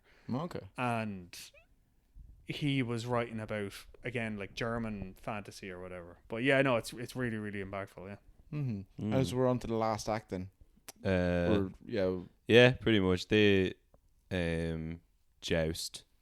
Sorry, well, yeah, Lancelot, and there's a dream sequence where Lancelot fights himself, except he's in the nude and he's fighting an empty suit of armor. Yeah. And then... Oh, and when he fights Liam Neeson at the end when he's about to kill him, and Liam Neeson just goes, the Queen is innocent. Yeah. And that's fine. But then he wants to kill him anyway. I want that in life, and I want to be able to talk mad shit. Yeah. And then when you can't back it up, just go, hold on, I take it back. Yep, you're dead right. Which again is not a fault of the film because this is the original source material, but just the notion of like whoever wins that's who was right because God ordained it. Like The Last Duel. Actually, The Last Duel is very similar to that as well. The idea of like, whoever survives this, that's the way that God intended it to happen. Like, I don't know if you've ever heard of it, but the Game of Thrones, that's of also course. the same thing. Yeah, there was trial by combat. Yeah, I guess that was just a concept of the medieval times. Whoever would win it. But it's such a handy plot device, though, isn't it? It is, yeah. Like it's so like, fuck it, we're gonna figure this out by fighting. Why not? Like, yeah. So they do that, and then Lancelot falls ill, and Percival, it gets knighted in there as well. Yeah. Come on, Percy. Yeah. He's I don't know. I don't know what the crack with his character is really. He's so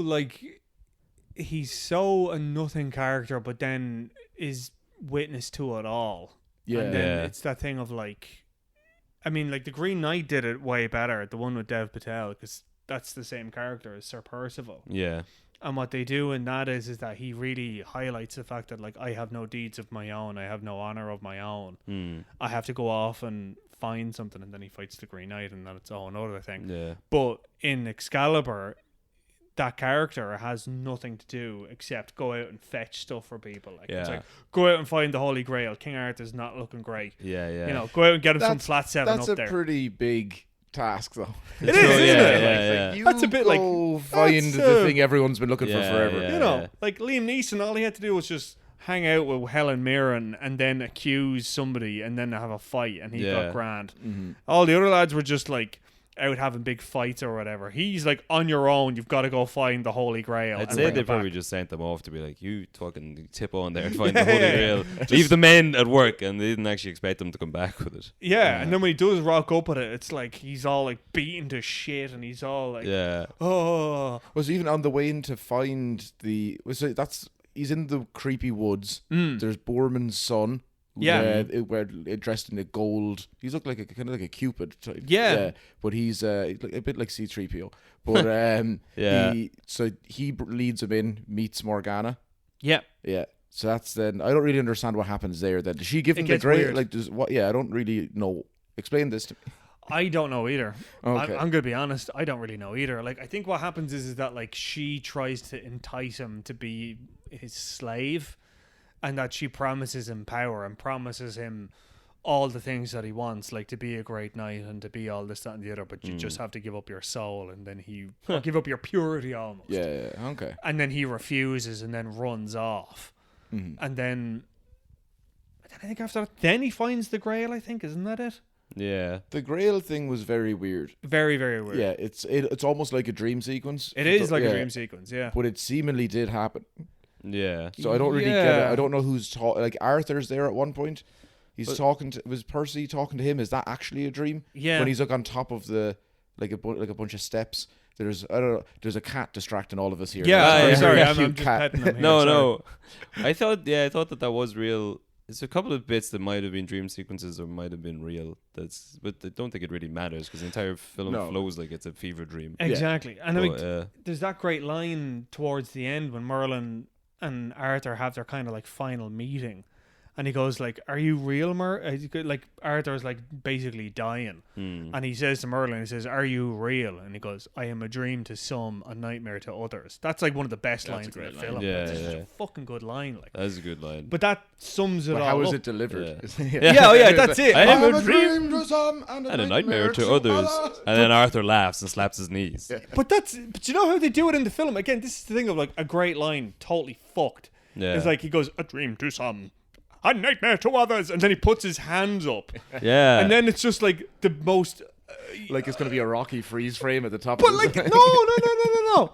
It just he puts his hand up and then it's just like the most obvious cut in the thing and he just like disappears. He just there's no like shimmer, there's no nothing. He's just gone. there 1 second and then gone the next, and you can clearly see the actor who plays Arthur. His head is in one place and then boom, jumps.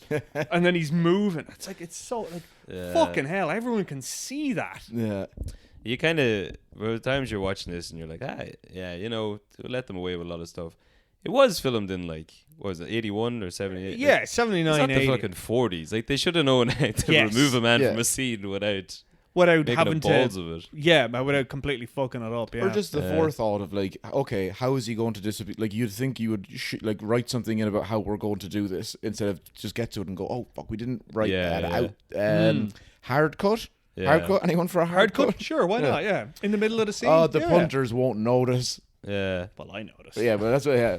And it's so like, but even at that, it's so noticeable. Like, it's so noticeable. I'm bad for a lot of that stuff though. Even like watching the movies that made us, that Netflix show. Yeah. That's when like that like glass shattering moment of Die Hard. And you're like, oh yeah, the van that they all arrived in.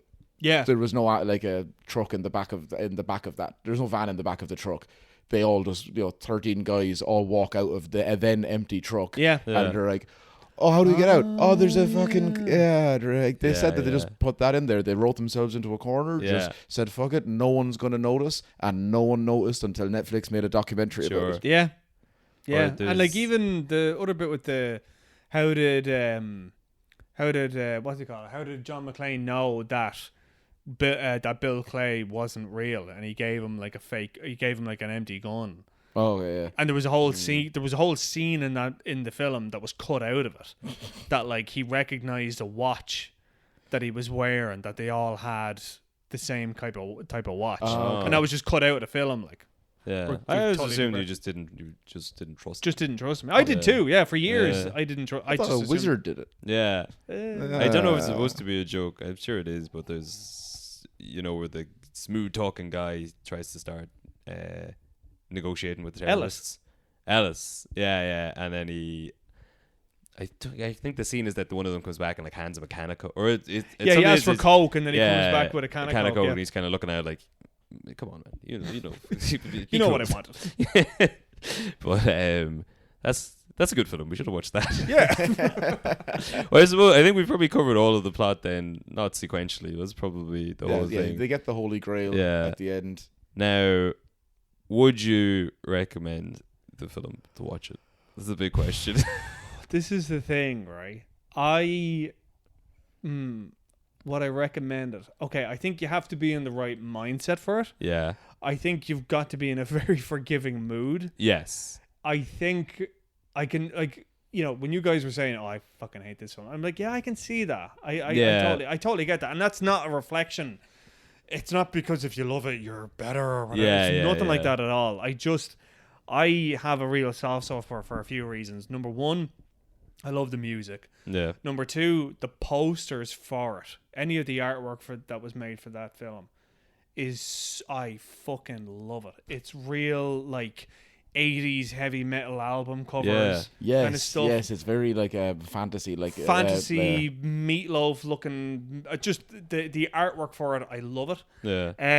I love the fact that it, like I was saying earlier, that like it was made in a time in Ireland when the stuff that it was doing was so counter to everything around it. Yeah, I love the that culture of aspect the of day, it. yeah. Yeah, the culture of it. Yeah, and I love the fact that like it's so, for all like the shouting and all the craziness of it, I think it's a very earnest film. It's very sincere, Yeah. and that sincerity I think is really interesting. But it's not a good film. I mean, I can't defend it that far. Like I Yeah. can say why I like it, but I can't defend it. Like it's not a good film. Like I think the trouble is just in this crazy workaday world of ours, you just don't have enough time. And this film is 2.5 hours long, but Yeah. it feels like about 5. oh yeah, it's And an it's, epic. it's interesting to watch, and it is fascinating. And there's bits where we're like, yeah, this, if you did this right, this would be cool. This would be fantastic. And the scope of it and the ambition, it's all very admirable. But Jesus, yeah, It's a mess. No, It's a a mess. mess, yeah. It's a mess. Of but a it's film. really the acting that lets it down. If you calmed everyone's fucking beans down, and you They've- split it into 2 films, Yeah, you'd probably have something a bit more workable. it would have yeah. been. But it'd probably great. then just be a generic like you retelling go. of like the source material. But so- how many of those are there? I feel like people try and do the Arthurian stuff every once in a while. It's never really. The Green Knight was. I haven't most- seen it, but I've heard it was and Guy Ritchie did not Arthur too well there. received. Yeah, Yeah, that was that looked muck. god awful. Yeah. Arthur came out with like a big fucking fur Tom Hardy jacket. I was like, oi, oi, all right, boys. But And even like going back to like that one with Clive Owen, which was also filmed here. I Oh, forgot yeah, that, Keira yeah. Knightley and all that. Yeah. Like that was like like that was very, very generic. yeah, Like, really, really generic. um, And Sword in the Stone. That was the one. yeah, I mean, Yeah. like in fairness, I do think that was the one that like probably did it the best and certainly was the most effective. You know, Yeah, but I think I can't remember what his name is. Was T.H. Wheels? I don't know. The guy who wrote the Sword in the Stone book. yeah, I read it years ago, and there's a really interesting thing in it where Merlin's memory runs backwards. Which yeah, is kind of a hard concept to explain because it doesn't really make any sense if you think about it for 2 seconds. Yeah. But basically, how he experiences time is backwards to everyone else in the story. Mm. So when he first meets Arthur, in his mind, that's the last time that they meet. yeah. And Yeah. then at the end of their relationship years later, it's like So it's Tenet. it's Tenet. Yeah, it's Tenet. Yeah. So he's Teneting the other way, and it's just a really interesting. It makes for very bittersweet moments because then you know the first time that they met Is actually is the last time, and like he Yeah. didn't appreciate what it was. And Yeah. it's sort of like then dementia on the other side, where like Merlin's forgetting the whole life that they spent together because for him he's just as weird as now. But I always just remember that as a very interesting I Tenet think concept. they kind of do that a little bit in Excalibur as well. A certain. I amount, was like- trying to look out for because like it's it's that not. I mean, it's obviously not as explicit as that, but there is Yeah. that thing of like, that time is very much a sort of. It's almost secondary. You know that kind of way, that like you were saying it, that like if they just put in something to say 5 years later or 10 years later, this film would make a hell of a lot more sense. But like because the film is done, as you again described it, as like a fever dream, time doesn't move in the same sort of way. Yeah. Now maybe that's just me being really forgiving yeah. and like reading into something that wasn't there, but being trying to explain Yeah. it. But that's the way I always took it. That like Yeah. its time is such a. It's so kind of elastic. It's so kind of not structured in this film that for it to jump 5-10 years and for it to not make any reference to it, like that kind of makes sense. But Yeah. Well, it's kind of proof of like Nicholas Winding Refn's idea of like just make something look really pretty, yeah, and then people will infer their own ideas. Totally. Yeah. totally. Like only God forgives. Yeah, that's awful. Yeah, it's why like That's dog shit. yeah. Hmm. But But- he killed it so hard with Drive So that you have to then look into every single thing he's ever done and go, no, there's not.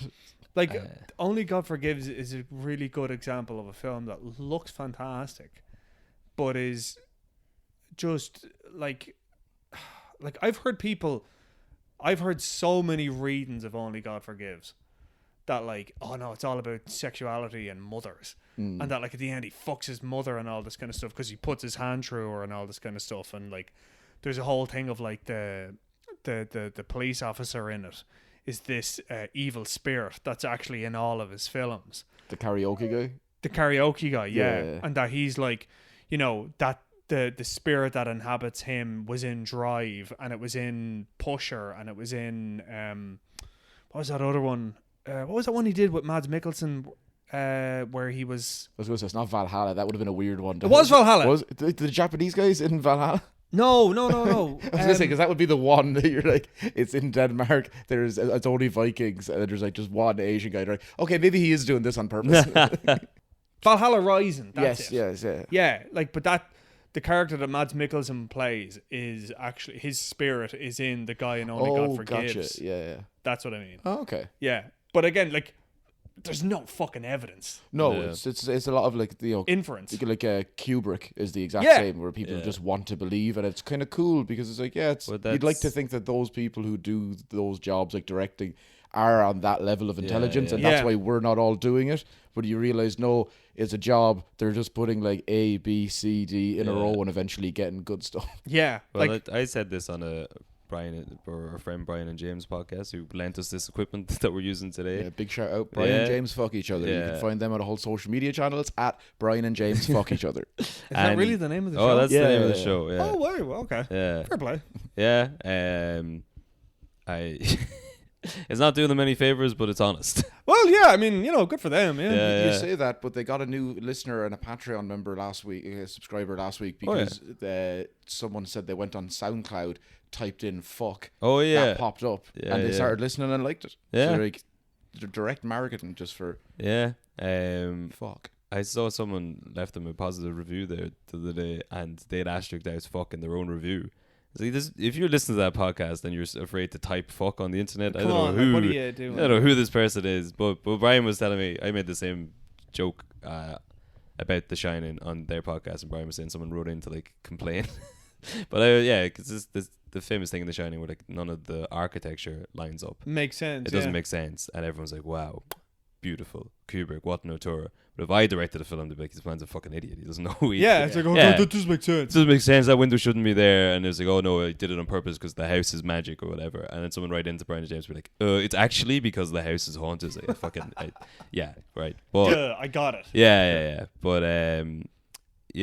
I don't know what the point of that was. No, but I mean, I think in terms of Excalibur, like it's the sort of thing of like how many of the decisions made in this film were done on purpose, and how much of it was just John Boorman like, fuck it, just do it that way. Yeah. And he swung for the fences much more in one direction, and you got to respect it. But I'd also say I wouldn't bother watching it unless you're very bored. It's like if you're watching it, like you're making a big commitment. Like you're making a big commitment. Like there was never a director's cut. I'd like to see the extra 40 minutes to see if it made more like God, narrative I don't sense. know. See, in my head then as well, I think like maybe that extra 40 minutes is just the sex scene for his daughter. It's just that, and then they're dancing. Yeah, his other daughter ggets a sex scene, and the son.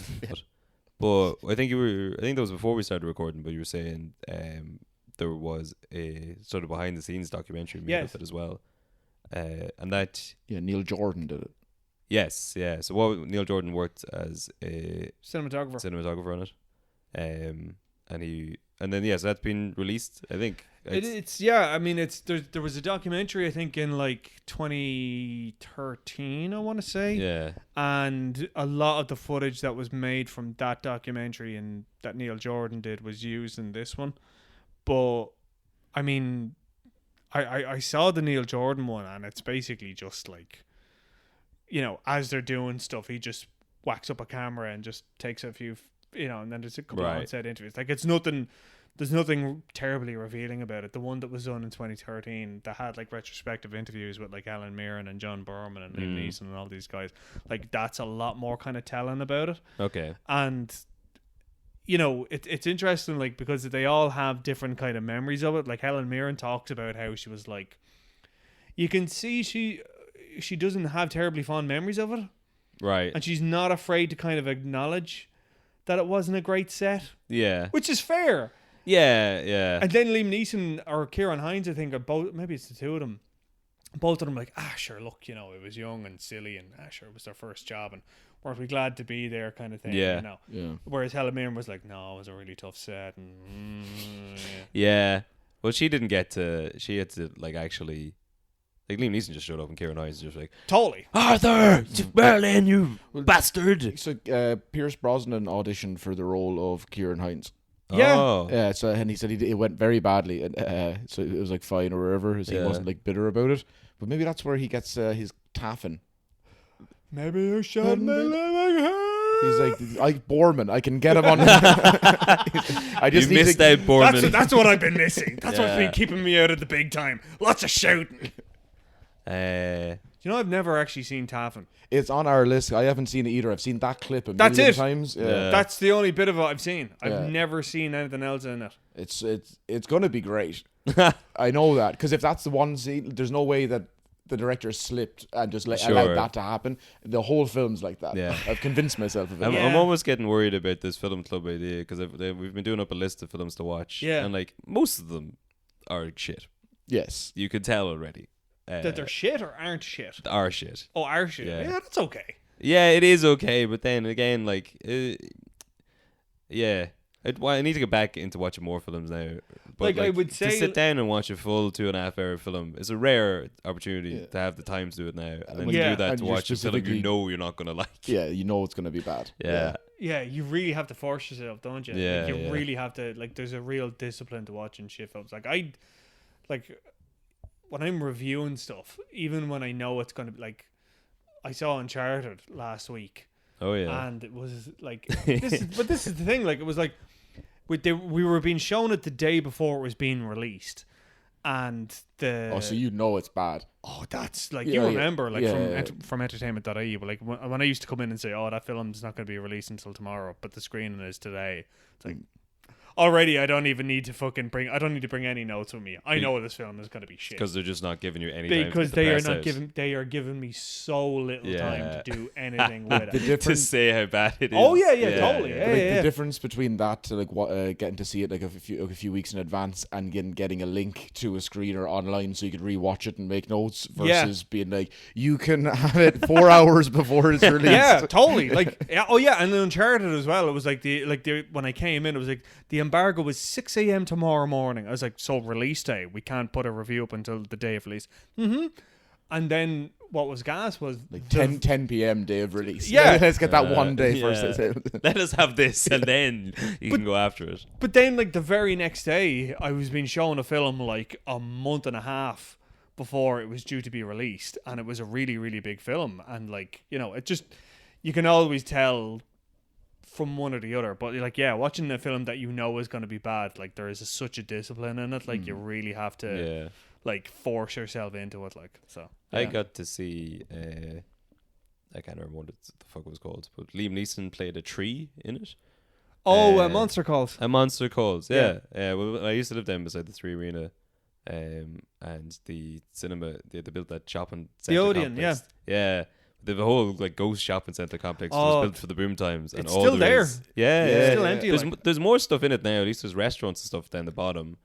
Well, more like when I was living there, it was Nah, literally yeah, you it's- walked up 3 sets of escalators to get to the Odeon, past like painted pictures of shops. Like this is what will happen someday. It's whenever still we get there people though. in. Like all that's there now is like there's a Starbucks, and then there's an Eddie Rockets. And there's I would have killed for Starbucks and Eddie Rockets when I was out there. In my time, In my I tell you. time, it was Oh. a fucking ghost town. But we went up. They used to do a thing where, like, maybe on a Tuesday you pay a $5 and you'd see a film that you didn't know what it was going to be, but it was a pre-release. Yeah, I'd say it Secret was Cinema, probably- yeah. Secret Cinema screening. So we went in to see that. It was great, and that's a film I never would have seen of my own volition. Yeah. Yeah, and myself and my housemate went in. The two of us.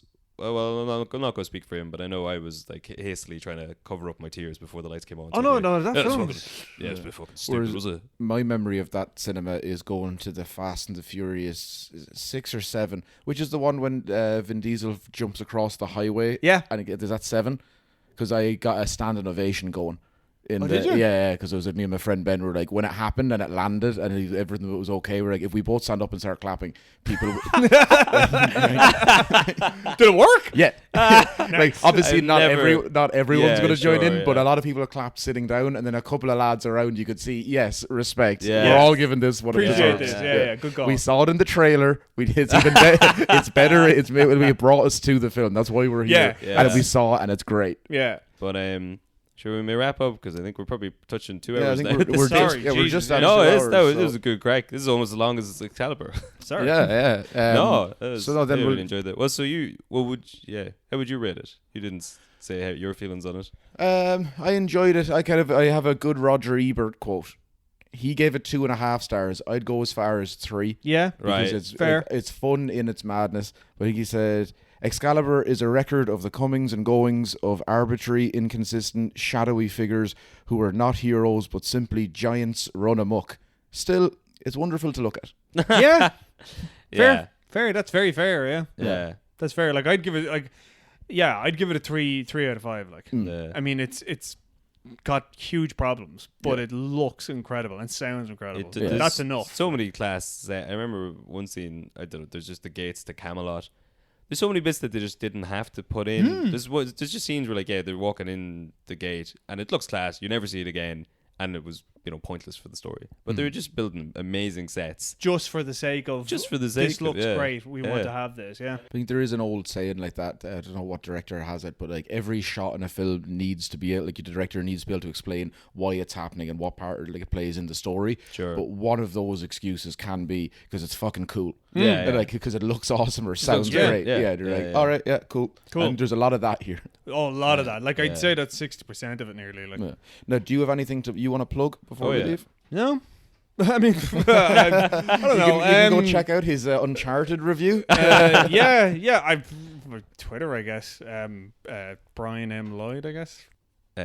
Yeah, that's probably it. Yeah, sweet. So cheers, Brian. Thanks Yeah, for coming thanks. Thank you. Excellent. I'll chat to you soon. on. Shafter.